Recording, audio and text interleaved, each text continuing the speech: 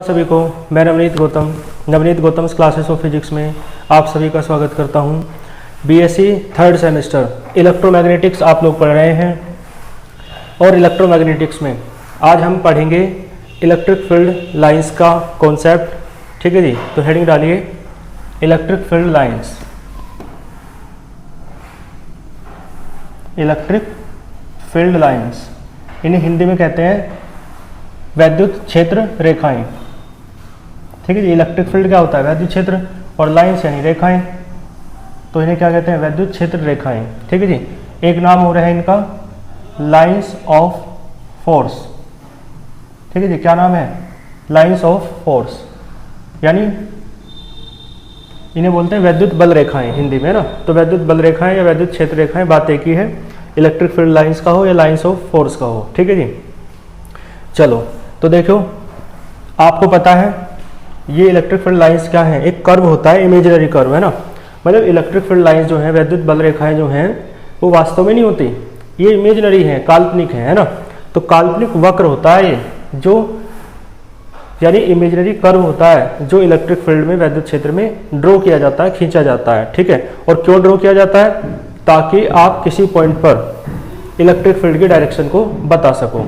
यानी electric field lines का main काम क्या है? इलेक्ट्रिक फील्ड की डायरेक्शन को बताना। ठीक है जी, तो हम कहेंगे द इमेजिनरी। ठीक है जी, भाई इमेजिनरी है यानी काल्पनिक है, तो इमेजिनरी कर्व है ना, यानी काल्पनिक वक्र है, और जो कहाँ खींचा गया है? ड्रॉन, DRAWN है ना, जो कहाँ खींचा गया है? इलेक्ट्रिक फील्ड में। तो drawn in the electric field, drawn in the electric field. Clear है? तो इसका मतलब है the imaginary curve drawn in the electric field. ठीक है जी, तो drawn in the electric field, तो ऐसा इमेजिनरी कर्व जो कहाँ खींचा गया है? इलेक्ट्रिक फील्ड में। और वो क्या करता है? इलेक्ट्रिक फील्ड के प्रत्येक पॉइंट पर वो इलेक्ट्रिक फील्ड की डायरेक्शन को बताता है। ठीक है जी, तो प्रत्येक पॉइंट पर इलेक्ट्रिक फील्ड को क्या बताता है? डायरेक्शन बताता है। तो the imaginary curve drawn in the electric field, तो at every point of which. ठीक है जी, at every point of which, यानी जिसके प्रत्येक बिंदु पर, है ना, किसके प्रत्येक बिंदु पर? इलेक्ट्रिक फील्ड के, वैद्युत क्षेत्र के प्रत्येक बिंदु पर इलेक्ट्रिक फील्ड लाइंस या ये जो कर्व हैं क्या बताते हैं? है ना, बताओ, लाइंस या कर्व है ना, क्या बताता है? शोज, प्रदर्शित करता है, दिखाता है, क्या बताता है? शोज द डायरेक्शन, डायरेक्शन को बताता है। और डायरेक्शन किसकी? तो ऑफ इलेक्ट्रिक फील्ड। ठीक है जी, वैद्युत क्षेत्र की। क्लियर है? तो इसका मतलब है the imaginary curve drawn in the electric field. ठीक है जी, इलेक्ट्रिक फील्ड में खींचा गया imaginary curve at every point of विच, जिसके प्रत्येक बिंदु पर, है ना, यानी इलेक्ट्रिक फील्ड के प्रत्येक बिंदु पर, है ना। ठीक है जी, जो लाइंस हैं वो क्या दिखाती हैं? विच से यदि क्लियर ना हो रहा हो ना, तो ऐसे कर लियो, at every point of electric field. ठीक है, अब तो क्लियर है? At every point of electric field lines क्या शो करती हैं? यह कर्व क्या शो करता है? Direction of electric field. ठीक है जी, बताओ क्लियर हो तो इस इमेजिनरी कर्व को ही आप क्या कहते हैं? कोमल आगे लिख देना, is known as electric field lines या लाइंस ऑफ फोर्स। ठीक है जी, कर लोगे? ठीक है जी, तो ये था आपका इलेक्ट्रिक फील्ड लाइंस या इलेक्ट्रिक फील्ड लाइंस के अलावा आप इसे क्या कहते हैं? Lines of force. देखो, जैसे कि पॉजिटिव चार्ज है तो आपको पता तो है, पॉजिटिव चार्ज से इलेक्ट्रिक फील्ड लाइंस बाहर निकलती हैं, है ना, इस तरीके से, है ना, और नेगेटिव चार्ज में एंटर करती हैं। तो मान लो कोई नेगेटिव चार्ज है तो उसमें एंटर करेंगी इस तरीके से। ठीक है जी, इस तरीके से। तो पॉजिटिव चार्ज से तो बाहर निकलती हैं और नेगेटिव चार्ज में एंटर करती हैं। कौन? Electric field lines. ठीक है जी, कर लेंगे। तो ये इलेक्ट्रिक फील्ड लाइंस का कॉन्सेप्ट है। एक इसकी हिंदी और सुन लो एक बार। वैद्युत क्षेत्र में खींचा गया वह काल्पनिक वक्र है ना, ठीक है जी, जो क्या प्रदर्शित करता है, जो वैद्युत क्षेत्र के प्रत्येक बिंदु पर वैद्युत क्षेत्र की दिशा को प्रदर्शित करता है, ठीक है जी। जो वैद्युत क्षेत्र के प्रत्येक बिंदु पर क्या प्रदर्शित करता है, बोलो। या आप एक काम कर लो, यहाँ से लाइन और कर्व भी हटा दोगे तो भी कोई दिक्कत नहीं। कोमा तो लगा ही दिया, ये रहा। तो इसका मतलब है कौन शो कर रहा है डायरेक्शन, तो ये कर्व यहाँ से ऐड कर सकते हैं, ठीक है। तो जो क्या शो करता है ना, वैद्युत क्षेत्र के प्रत्येक बिंदु पर क्या शो करता है, वैद्युत क्षेत्र की दिशा को प्रदर्शित करता है, क्या कहलाता है, वैद्युत बल रेखाएं कहलाती हैं, है ना। या वो वक्र क्या कहलाता है, वैद्युत बल रेखाएं, ठीक है जी, क्लियर है। तो the imaginary curve drawn in the electric field, वह इमेजिनरी कर्व जो इलेक्ट्रिक फील्ड में ड्रॉ किया जाता है ना, जो इलेक्ट्रिक फील्ड के प्रत्येक पॉइंट पर क्या बताता है, डायरेक्शन बताता है इलेक्ट्रिक फील्ड की। तो कोमल लिख देना, is known as electric field lines, कर लोगे, या लाइंस ऑफ फोर्स, और डायग्राम बना देना दोनों, ठीक है जी। तो इसका एक स्क्रीनशॉट ले लो। अब इसकी प्रॉपर्टीज के बारे में हम पढ़ेंगे, है ना, प्रॉपर्टीज यानी इसके गुण। तो हेडिंग डालो, हेडिंग डालो, हेडिंग क्या हो जाएगी, हेडिंग हो जाएगी आपकी properties of electric field lines, ठीक है जी। Properties of electric field lines, ये आपको लिखना है। इलेक्ट्रिक फील्ड लाइंस की प्रॉपर्टीज को आपको पढ़ना है, यानी गुणों को। तो आप लिख सकते हो वैद्युत बल रेखाओं के गुण, ठीक है जी, और इंग्लिश में properties, properties of electric field lines, ठीक है जी। तो देखो इसकी बारी बारी से प्रॉपर्टी पढ़ेंगे, जैसे आपने इक्विपोटेंशियल सरफेस की प्रॉपर्टी को पढ़ा था, है ना। तो एक प्रॉपर्टी तो यही है ना, देखो ये वाली, जैसे पॉजिटिव चार्ज है और ये क्या है, नेगेटिव चार्ज। तो आपको पता है इलेक्ट्रिक फील्ड लाइन प्लस से निकलेगी और माइनस में जाएगी, प्लस से निकलेगी माइनस में जाएगी, ठीक है जी, इस तरीके से, है ना, ठीक है, इस तरीके से, है ना। आगे जाएंगे, है ना, इस तरीके से एंटर कर जाएंगे, ठीक है जी, निकलेंगे, ठीक है जी, घूम फिर के ऐसे एंटर कर जाएंगे। कोई दिक्कत हो तो बताओ, है ना। देखो कितना सुंदर जीव सा लग रहा है ना एक। तो इसका मतलब ये पॉजिटिव चार्ज, ये नेगेटिव चार्ज, है ना। तो आप इसमें लिखेंगे पहले पॉइंट में कि इलेक्ट्रिक फील्ड लाइंस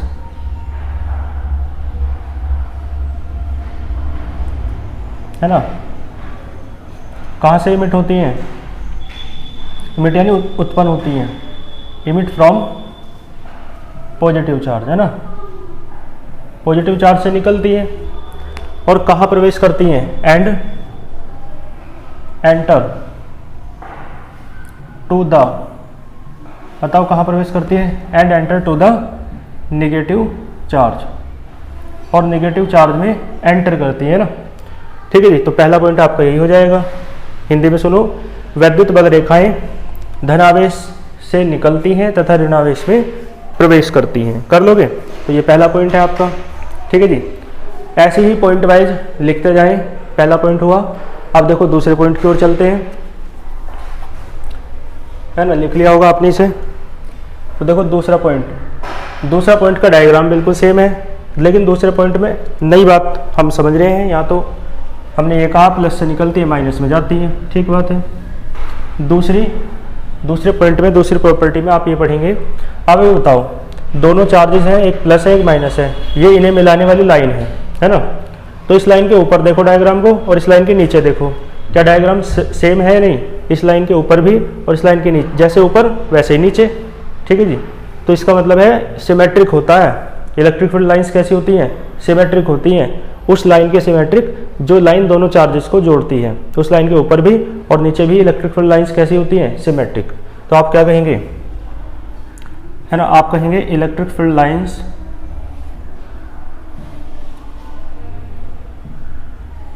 है ना आर सिमेट्रिक। सिमेट्रिक हिंदी में कहते हैं सममित। सिमेट्रिक किसके, तो टू द लाइन, उस लाइन के सिमेट्रिक हैं। और कौन सी लाइन, जो दोनों चार्जेस को जोड़ती है या मिलाती है ना, तो to the line joining, to the line joining, ठीक है जी। Electric field lines are symmetric to the line joining, है ना, the joining both the charges.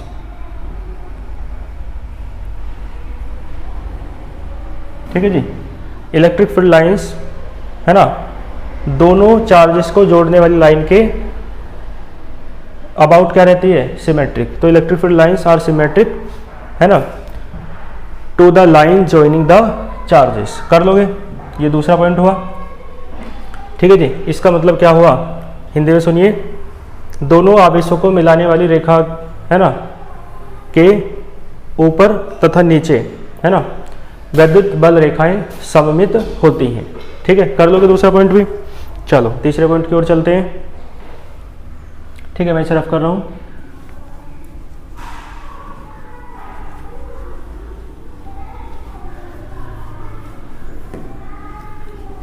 ठीक है जी, देखो एक पॉइंट इसका ये लिख लो, यदि आपको यूनिफॉर्म इलेक्ट्रिक फील्ड बताना हो, है ना भाई, यूनिफॉर्म इलेक्ट्रिक फील्ड में तो दो टाइप का होता है, एक तो यूनिफॉर्म, एक नॉन यूनिफॉर्म, यानी वैद्युत क्षेत्र दो प्रकार का है, एक तो समान, है ना, एक समान और एक असमान। तो समान वैद्युत क्षेत्र यानी यूनिफॉर्म इलेक्ट्रिक फील्ड जो है वो आप यदि आपको शो करना हो ना, तो आप इस तरीके से करते हैं, आपको पता तो है ही, है ना। तो ये लाइंस कैसी हैं भैया, ये लाइंस कैसी हैं, ये लाइंस एक दूसरे के पैरेलल है या नहीं, समांतर। ये लाइंस इक्विडिस्टेंट हैं, एक दूसरे से समान दूरी पर स्थित, इक्विडिस्टेंट को कहते हैं समदूरस्थ, और ये साथ में स्ट्रेट भी हैं, सीधी।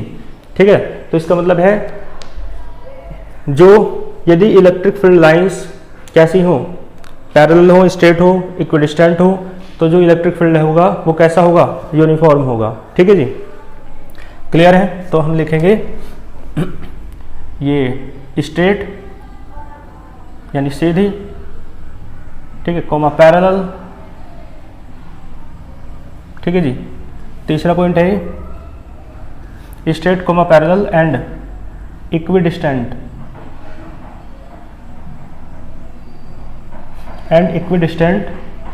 फील्ड लाइंस, ये इलेक्ट्रिक फील्ड लाइंस कह दो। ठीक है जी, क्लियर है कि क्या शो करती हैं, शो या रिप्रेजेंट लिख सकते हो, शो यूनिफॉर्म इलेक्ट्रिक फील्ड। किसे शो करती है, यूनिफॉर्म इलेक्ट्रिक फील्ड को। ठीक है जी, यूनिफॉर्म इलेक्ट्रिक फील्ड को ये शो करती हैं। कौन कौन सी, कैसी लाइन, जो स्ट्रेट है, पैरेलल है, इक्विडिस्टेंट है ना, क्लियर है, and vice versa, and vice versa और लिख दो।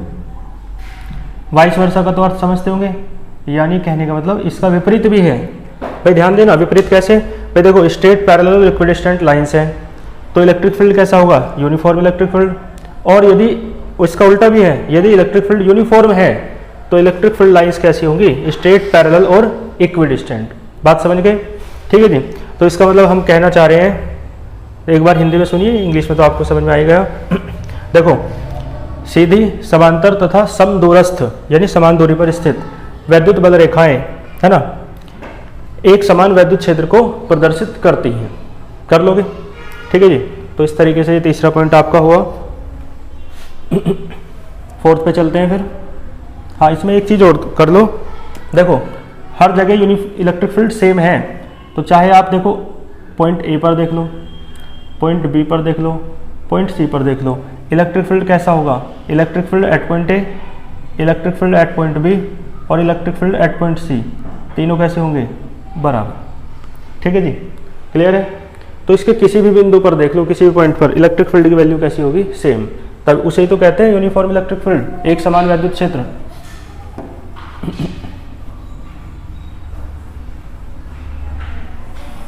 ठीक है जी, 3 पॉइंट हो गए।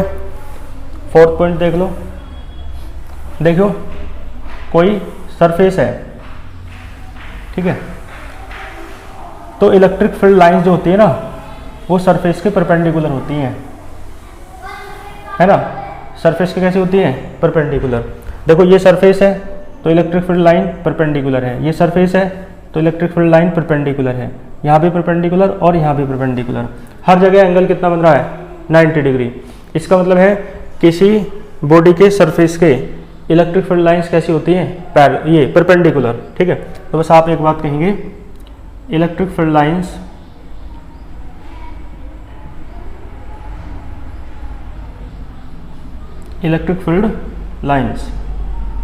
है ना आर परपेंडिकुलर, है ना, electric field lines are perpendicular. Perpendicular का निशान ये है, तो टू द सरफेस, परपेंडिकुलर किसके हैं, सरफेस के, और सरफेस किसका है, तो ऑफ एनी बॉडी। ठीक है जी, तो electric field lines are perpendicular to the surface of any body, समझ गए, यानी वैद्युत बल रेखाएं किसी वस्तु के पृष्ठ के लंबवत होती हैं। कर लोगे, ये आपका कौन सा पॉइंट है, 4th पॉइंट, करो इसे भी नोट। ठीक है जी, चलो इसके बाद देख लेते हैं। देखो इलेक्ट्रिक फील्ड लाइंस जो है, 5वां पॉइंट देखें, जो इलेक्ट्रिक फील्ड लाइंस हैं वो बाहर है बस, है ना, अंदर तो नहीं है। इसका मतलब अंदर इलेक्ट्रिक फील्ड क्या है, 0, अंदर इलेक्ट्रिक फील्ड कितना है, 0। तो इसका मतलब है कोई भी कंडक्टर हो, है ना, और यहाँ लिख देना कंडक्टर, ये कंडक्टर है कोई चालक। ठीक है जी, कोई भी कंडक्टर हो उसके भीतर इलेक्ट्रिक फील्ड कितना होता है, 0, है ना। और आपने देखा भी है, गॉस थ्योरम के एप्लीकेशन जब पढ़े थे तो डेरिवेशन किया था, है ना, एक होलो स्फेयर का, होलो स्फेयर के भीतर वो कंडक्टिंग स्फेयर था। ठीक है, होलो हो सॉलिड हो लेकिन कंडक्टर होना चाहिए, तो कंडक्टर के भीतर कितना होता है, इलेक्ट्रिक फील्ड 0। वहाँ भी आपने देखा था 3rd केस में जब कंडक्टिंग स्फेयर के लिए क्या था, तो आप कहेंगे इलेक्ट्रिक फील्ड, है ना, इलेक्ट्रिक फील्ड लाइंस, है ना, इनसाइड, ये पहले ऐसे लिखो, इनसाइड, है ना, एक कंडक्टर, इनसाइड ए कंडक्टर, समझ गए, यानी किसी चालक के भीतर इलेक्ट्रिक फील्ड लाइंस आर, है ना, नॉट प्रेजेंट, उपस्थित नहीं होती है। इलेक्ट्रिक फील्ड लाइंस प्रेजेंट नहीं होगी तो क्या होगा, एंड सो इलेक्ट्रिक फील्ड, है ना, इज 0। समझ गए भाई, आप बताएं किसी कंडक्टर के भीतर जब इलेक्ट्रिक फील्ड लाइंस उपस्थित नहीं होंगी, प्रेजेंट नहीं होंगी, तो इलेक्ट्रिक फील्ड कितना होगा उसके भीतर, 0 होगा। और भीतर की बात करें, ये बात यहीं लिख दी कि इनसाइड ए कंडक्टर। ठीक है, तो इसका मतलब क्या कहेंगे, किसी चालक के भीतर वैद्युत बल रेखाएं अनुपस्थित होती हैं या उपस्थित नहीं होती हैं तथा वैद्युत क्षेत्र 0 होता है। कर लोगे, 5 पॉइंट हो गए। 6ठे पॉइंट पे चलते हैं।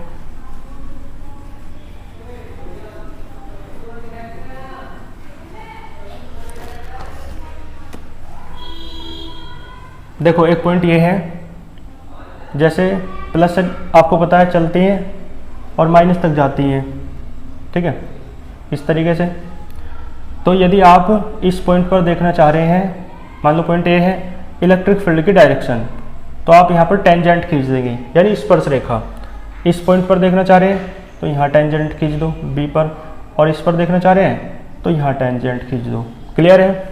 तो इसका मतलब है यदि आपको डायरेक्शन बतानी है इलेक्ट्रिक फील्ड की किसी पॉइंट पर, तो आप वहाँ पर क्या ड्रॉ कर देंगे, टेंजेंट, स्पर्श रेखा, तो आपको इलेक्ट्रिक फील्ड की डायरेक्शन पता चल जाएगी। इस पॉइंट पर इलेक्ट्रिक फील्ड की डायरेक्शन आगे की तरफ है, इस पॉइंट पर इधर है, इस पॉइंट पर नीचे की तरफ है।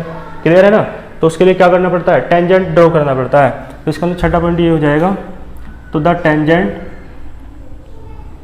यानी स्पर्श रेखा, है ना, टेंजेंट एट एनी पॉइंट, किसी पॉइंट पर, ठीक है जी। टेंजेंट किसी पॉइंट पर है और किसी पॉइंट पर भी कहाँ, मतलब पॉइंट कहाँ का है, तो पॉइंट है इलेक्ट्रिक फील्ड के भीतर का। तो the tangent at any point, है ना, इन द इलेक्ट्रिक फील्ड,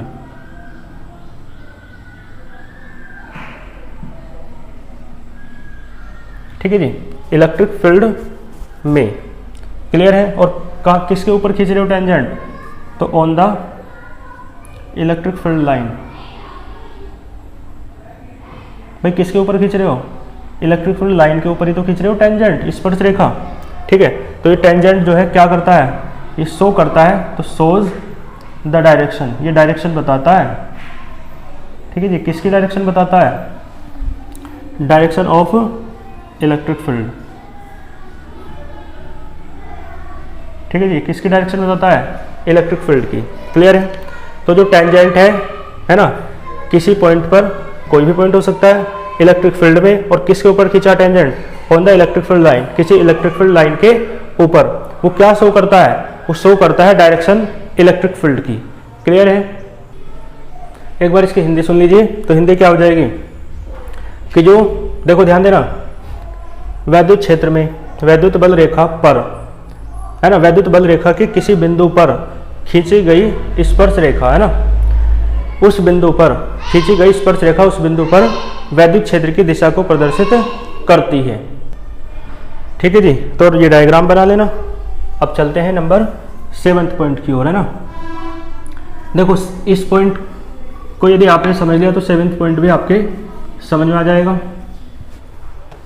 देखो 7th पॉइंट क्या है, 7th पॉइंट ये है कि कोई भी दो वैद्युत बल रेखाएं एक दूसरे को स्पर्श, वो इंटरसेक्ट नहीं करती हैं, प्रतिच्छेदित नहीं करती हैं।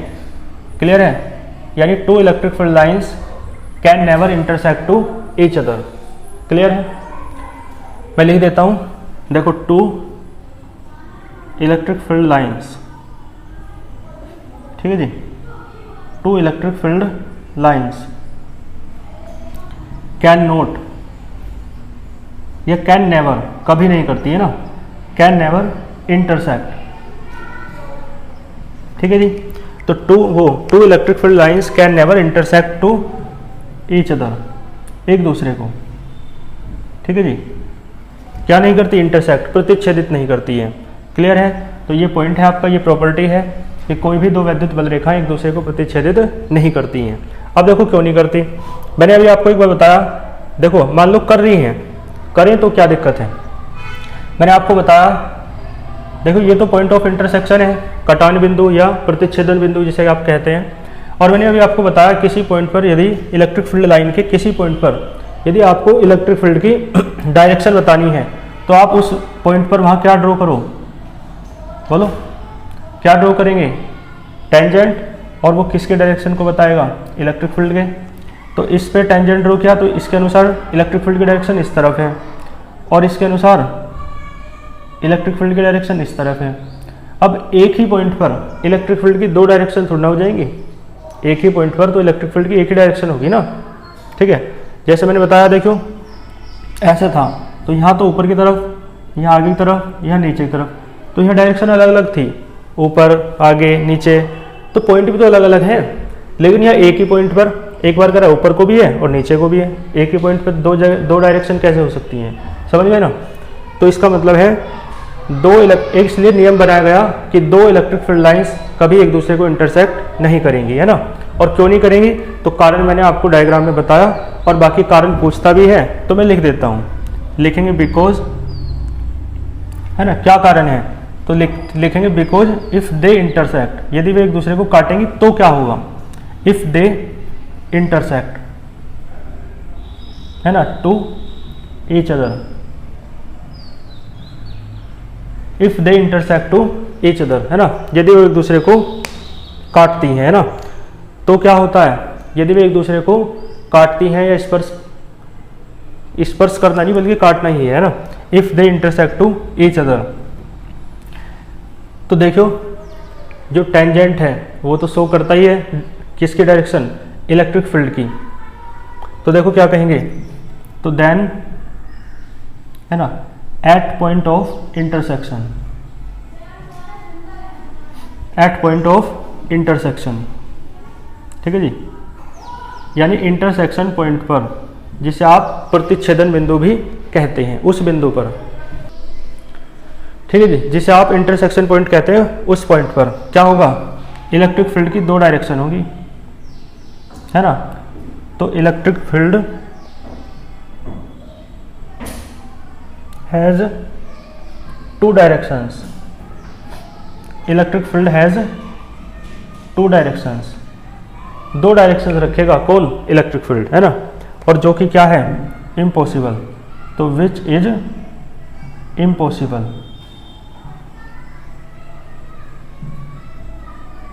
Which is impossible. क्लियर है? तो मैंने कहा दो इलेक्ट्रिक फील्ड लाइंस एक दूसरे को इंटरसेक्ट नहीं करती, क्योंकि यदि वो इंटरसेक्ट करेंगी तो इंटरसेक्शन पॉइंट पर इलेक्ट्रिक फील्ड की दो डायरेक्शन होगी जो कि इम्पॉसिबल है, असंभव है। एक बार हिंदी में सुनिए, दो वैद्युत बल रेखाएं एक दूसरे को प्रतिच्छेदित नहीं करती, क्योंकि यदि वे एक दूसरे को प्रतिच्छेदित करेंगी तो प्रतिच्छेदन बिंदु पर वैद्युत क्षेत्र की दो दिशाएं होंगी जो कि असंभव है। और ये डायग्राम मैंने बना दिया है, ठीक है। तो आपका ये पॉइंट भी पूरा हुआ है, ये वाला बनाना है, ठीक है। तो 7 पॉइंट हो गए आपके। इसके बाद देखो एक पॉइंट और कर लेते हैं बस, है ना। तो क्वेश्चन वो पॉइंट नंबर 8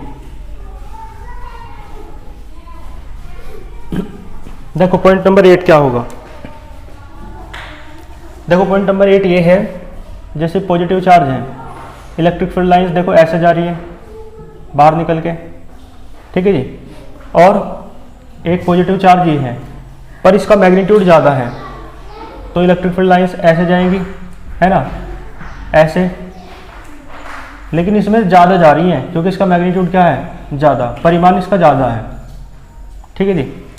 तो जब इस चार्ज का मैग्नीट्यूड ज़्यादा है तो इलेक्ट्रिक फील्ड लाइंस भी ज़्यादा जाएंगी, इसमें कम जाएंगी। तो इसका मतलब यहाँ इलेक्ट्रिक फील्ड जो होगा, है ना, इलेक्ट्रिक फील्ड वो कैसा होगा, वो होगा वीक। कैसा होगा, वीक। और जो यहाँ इलेक्ट्रिक फील्ड होगा वो कैसा होगा, स्ट्रॉन्ग। यानी कहने का मतलब आपको समझ आया कि जहाँ पर इलेक्ट्रिक फील्ड लाइंस दूर दूर हैं वहाँ पर इलेक्ट्रिक फील्ड कैसा होगा, वीक। और जहाँ पर इलेक्ट्रिक फील्ड लाइंस पास पास हैं वहाँ पर इलेक्ट्रिक फील्ड कैसा होगा, स्ट्रॉन्ग होगा। तो इसका मतलब है भाई पास पास होना, इसका अर्थ है रिलेटिव क्लोजनेस। पास पास होने का क्या अर्थ है, रिलेटिव क्लोजनेस, ठीक है जी। क्लियर है? हिंदी में कहते हैं आपेक्षिक निकटता। रिलेटिव क्लोजनेस का अर्थ क्या है, आपेक्षिक निकटता। और इसे आप डेंसिटी भी कह सकते हो। भाई डेंसिटी कब ज़्यादा होती है, घनत्व जब पास पास होता है ना, जिसकी भी डेंसिटी है वो पास पास होना चाहिए।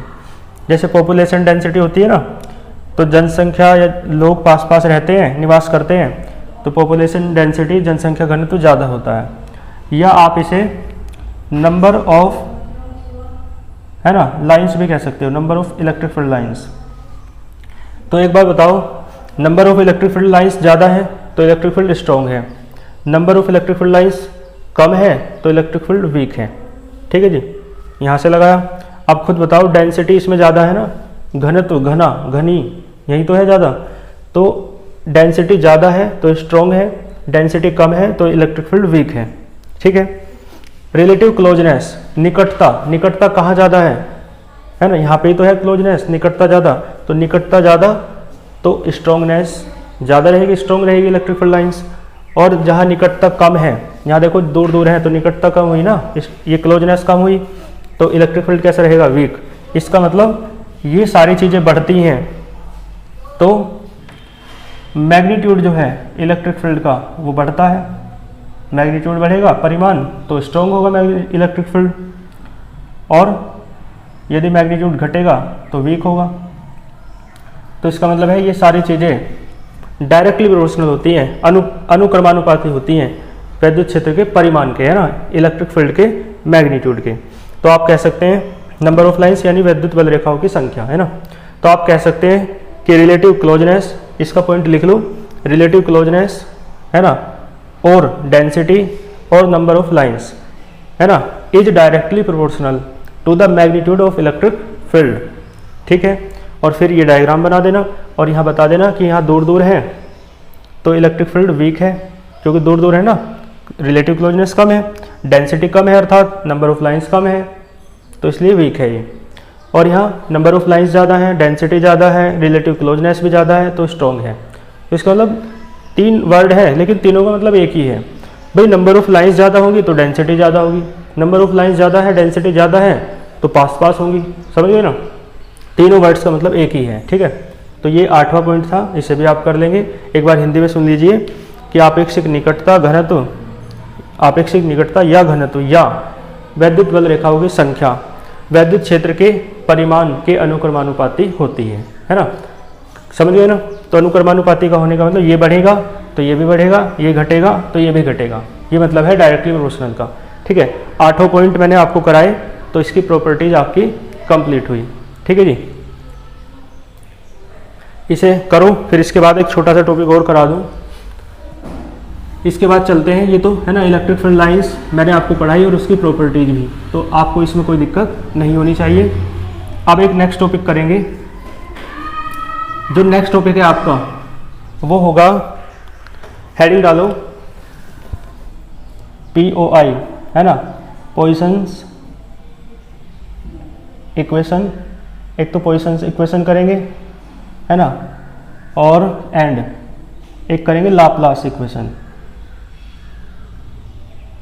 ठीक है जी, लाप्लास इक्वेशन। इन दोनों की इक्वेशंस करेंगे, ठीक है जी।